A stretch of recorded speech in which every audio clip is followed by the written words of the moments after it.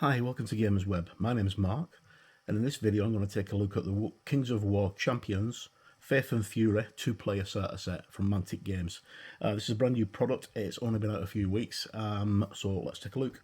Okay, so Kings of War is not a new game by any stretch of the imagination. It's the main game that more or less kickstarted Mantic, and it was the first real game. But this is a brand new way to play Kings of War. Rather than using hundreds of miniatures or dozens and dozens of miniatures, you're only using a small handful. So let's jump in. It's a very heavy box.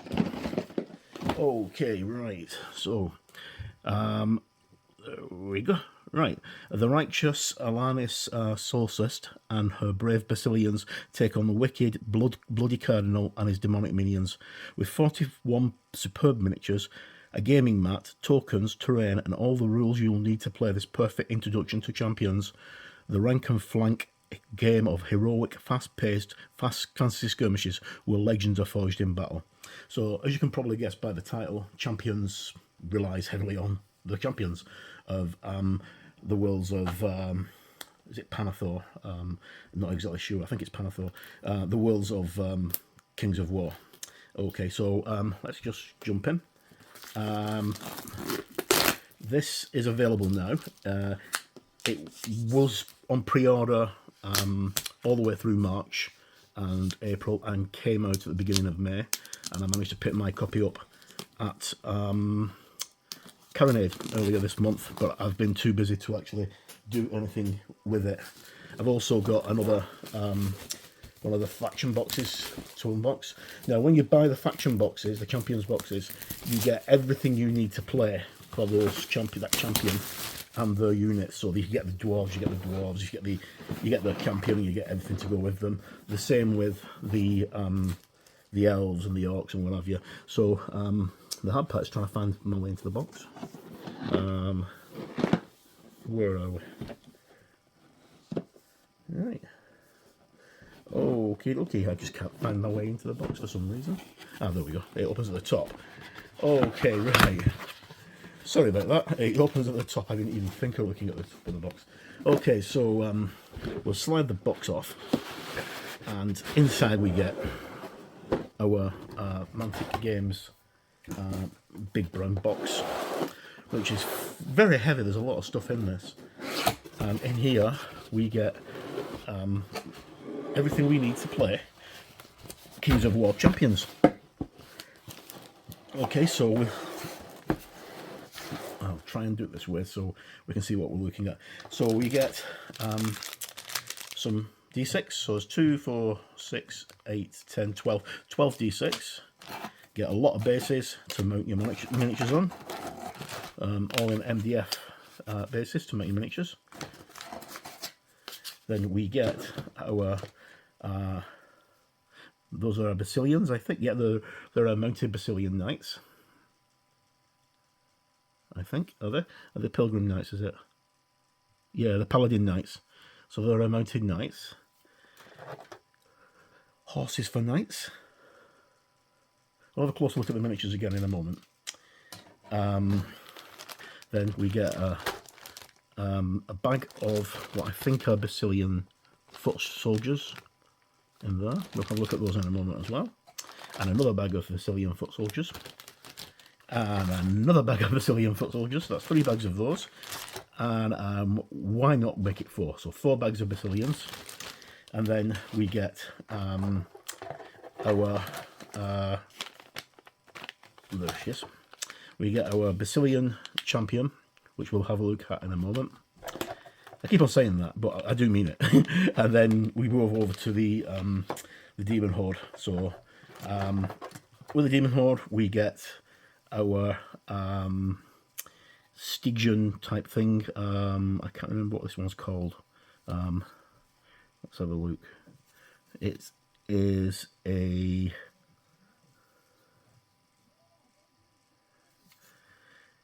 made in Great Britain. Abyssal Nagarri. So that's an Abyssal Nagarri, which is a really big critter. And I think there's one of those by the looks of things. Yeah, there's just the one. And then we have some more Chaos dudes to go with them. One of the Chaos foot troops, and another one of the Chaos foot troops. Okay, and then they come with this Chaos Lord. So we're going to have a quick look at the Chaos Lord first, and then we can have a look what it is. So this is the bloody Cardinal. It's cast in resin, as you can probably tell. There's a little tiny bit of flash on the bottom of the base, which is no real problem. So we'll zoom in and have a quick look at the base. Great attention to detail. Quite a nice scenic base. Not just your tactical rock, it's quite a scenic base. Then we have the model itself, which is 3 pieces. He comes with his body, sorry, 4 pieces. His body and his arms, like that.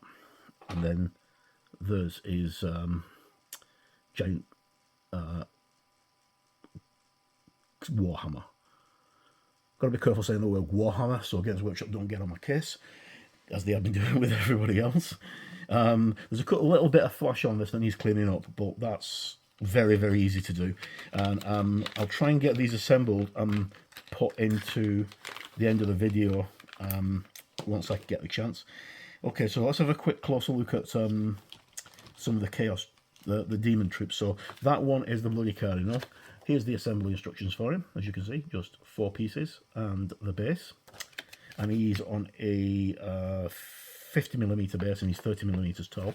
Then we have the Slithering Bishop, which is this Stygian creature. And then we have the Quackling Choir, which are the foot troops. Right, now, I don't know much about these guys at all. And we also have the Macabre missionaries as well. I don't know much about these guys at all because it's not a faction I've ever played with, but the models look really, really cool, and I thought, why the heck not? Because my halfling army was out of stock, so I thought may as well get this instead. And I'll be getting my halflings hopefully at another date, because I really want me some halflings, because they're quite cool. There's a halfling faction coming for this as well. So let's have a quick look at the models. Now, I don't think these models are brand new. I think these are old models. I could be wrong. But as you can see, a lot of great detail on the miniatures. You get 2 lots of these with standards and little harpy there, what have you. Nicely demon guys. So we'll have a look at those again in a moment. Bigger guys look quite intimidating, with lots of flails and spiked clubs and a mace and what have you, axes. I have to look how you can assemble them to find out what the different options are. It tells you here how to assemble the miniatures. They're all in this exploded colour thing, so you've got various options for assembling your Cackling Choir. You've only got the one option for assembling your Slithering Bishop, which sounds like a pint of real ale, if I'm not making things up. And again, this guy's bred. He's quite a large looking model. Yeah, they're going to look really nice when they're built up and assembled. Right, so that's the assembly guides for those. Then for the Basileans, you've got Alanis Sartoris company box. So you've got Watchmen of, is that terrorists? Tariosos. Then you've got Guards Lions, sorry, Gnu's Lions, Guardian of Lassurus, and the main character herself. We'll have a quick look at her, because she's, again, a quick assembly piece. She's only on 3 pieces. She's got her main body and her head and the base, I think it is. And you just get the pieces out without dropping any. Right, so we've got her base. quite nice. And then we've got, there's the main body, there's the legs. Legs just go pig in like that. And then she's holding a book with righteous fervour and other things in it. Again, the assembly guides are actually in the buckets, the little booklet, so they're quite easy to assemble and put together. And I'll try and get them done and get some photos of them. Right, so each of the factions come with an order card. So we get the faction order cards for the Basileans. And check them out for them. And the Basileans have their Gnu's Lions, or Gano's Lions. So you got the faction orders, Holy Strike, is it? Yeah, Holy Strike, Heaven's Blessing, and Righteous Resolve. Right, so you'll have to forgive me with these because it's really difficult to read the font. The font's quite difficult to read. But those are the things. I'll go through them all in a moment. Then you've got the lions themselves, with each of them on the back has got the details of the characters and or the unit, and then on the front of them is their actual stats in the game, which we'll go through in a moment once we get through to that part of the game, the review. Okay, so it tells you the size of the base, what you need to mount them on, and everything you need is here to play with this faction. Okay, so the same on the the demons. So you've got your faction orders for your demons, and they've also got the faction logo in the top corner as well. I don't know if you can see that, there's a faction logo there. Then we've got our factions for the demons, which consists of Macabre Missionaries, Slithering Bishop, Cackling Choir, and the Bloody Cardinal, and then all the different stats for them. We'll go through that again in a moment.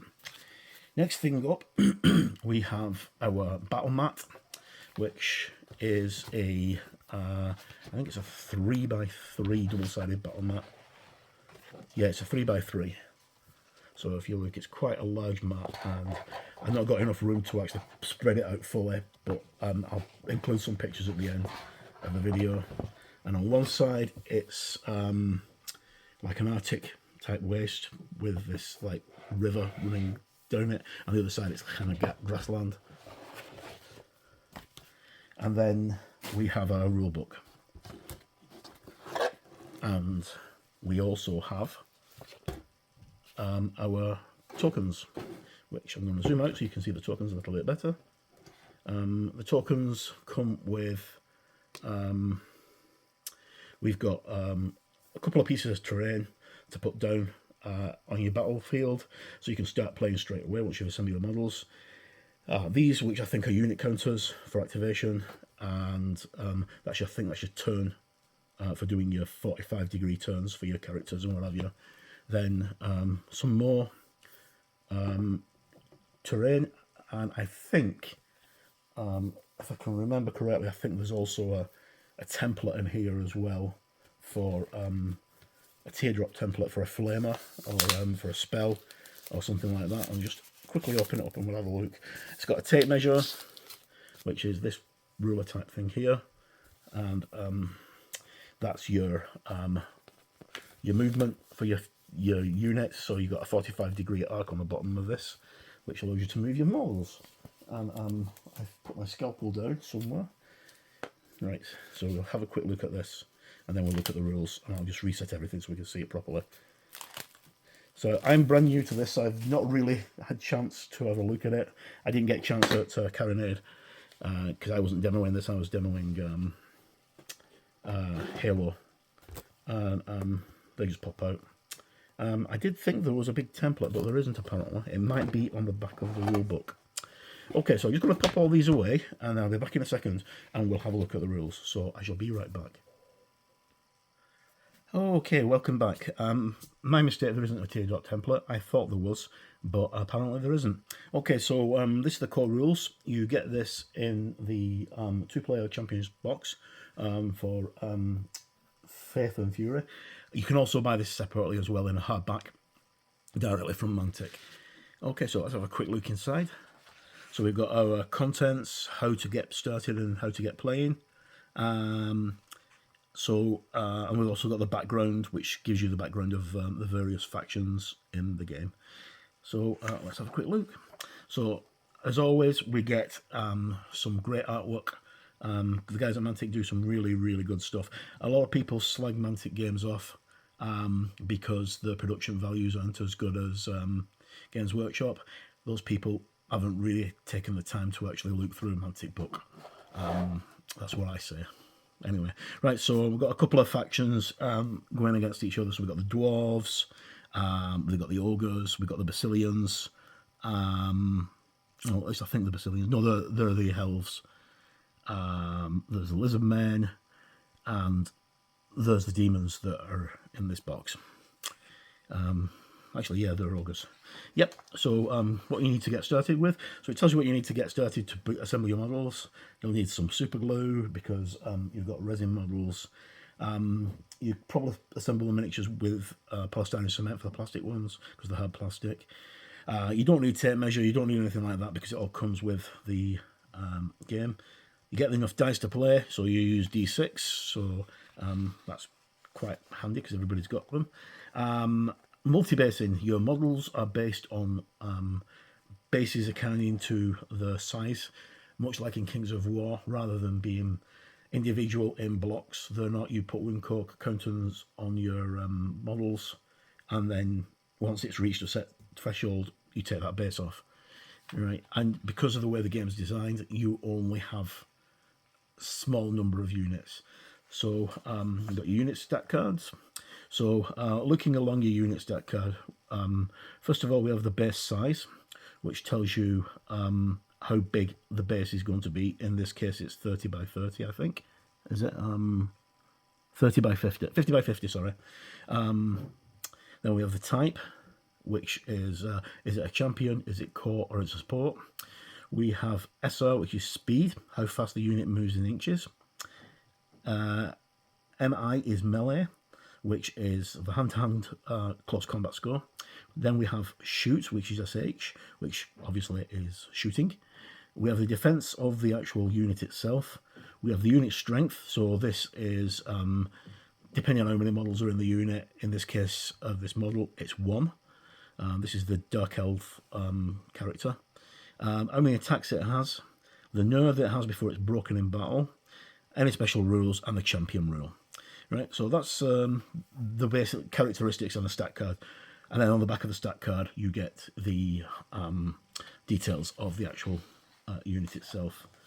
Facings and arcs, we've got an arc tool, which shows us what the arc is of the character. So you always have a pivot point on the model, which is the center of your base. So this would be your leader's point.